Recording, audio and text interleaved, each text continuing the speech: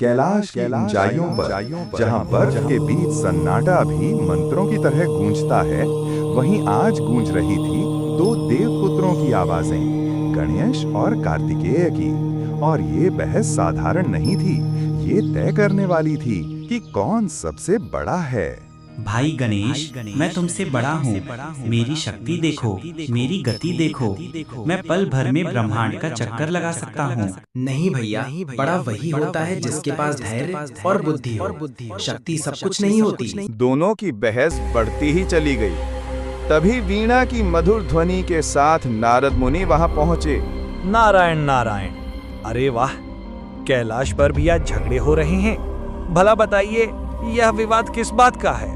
मुनिवर, हमें बताइए, हम दोनों में बड़ा कौन है? नारद मुनि थोड़ी देर सोच में पड़ गए, फिर एक हल्की मुस्कान के साथ बोले, नारायण नारायण, ठीक है, इसका निवारण मैं करता हूँ। जो इस संसार की सबसे बड़ी चीज का परिक्रमा करके सबसे पहले लौट आएगा, वही सबसे बड़ा कहलाएगा।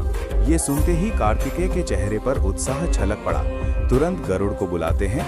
गरुड़ अपने विशाल पंख फैलाता है और कार्तिकेय उस पर सवार होकर तेजी से आसमान की ओर उड़ जाते हैं। उधर गणेश जी शांत खड़े सोचने लगे। इस संसार की सबसे बड़ी चीज आखिर क्या है? माता पिता ही तो सबसे महान है। उनके बिना संसार की कल्पना ही नहीं हो सकती। गणेश जी मुस्कुराते हुए अपने माता पिता महादेव और माता पार्वती के पास जाते हैं और फोल्डेड हैंड्स के साथ 3 बार उनकी परिक्रमा करते हैं। माता पिता ही इस संसार की जड़ है, उनकी परिक्रमा करना ही सबसे बड़ी परिक्रमा है। नारद मुनि ये देखकर प्रसन्न हो जाते हैं। तभी कार्तिकेय गरुड़ पर सवार होकर वापस लौट आते हैं। उनका चेहरा विजय से दमक रहा था। देखो, मैंने पूरी पृथ्वी और ब्रह्मांड का चक्कर लगा लिया।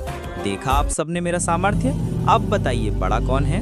कार्तिकेय, तुम्हारा परिश्रम सराहनीय है, लेकिन गणेश जी ने सिद्ध कर दिया कि माता पिता ही सबसे बड़े हैं। संसार की परिक्रमा से भी बड़ा है माता पिता की परिक्रमा। कार्तिकेय ये सुनकर ठिठक गए। फिर धीरे धीरे उनका चेहरा गंभीर हुआ और वे भैया गणेश के पास आकर बोले, भैया, आपने सही कहा, माता पिता से बड़ा कोई नहीं। आपकी बुद्धि सचमुच अद्वितीय है।